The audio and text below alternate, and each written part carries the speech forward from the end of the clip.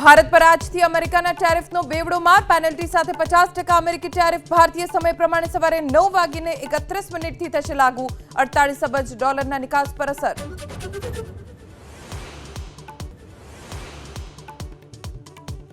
ઉત્તર પ્રદેશના વારાણસીમાં ફરીથી ગંગા નદીનું જળસ્તર ભયજનક સ્તરની નજીક.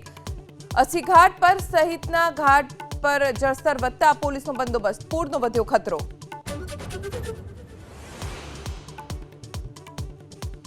રાજ્યભરમાં ઘટ્યું વરસાદનું જોર. આજે સુરત અને ભરૂચ સિવાય દક્ષિણ ગુજરાતના જિલ્લામાં ભારે વરસાદનું યલો એલર્ટ. છેલ્લા 22 કલાકમાં 57 તાલુકાઓમાં વરસ્યો વરસાદ.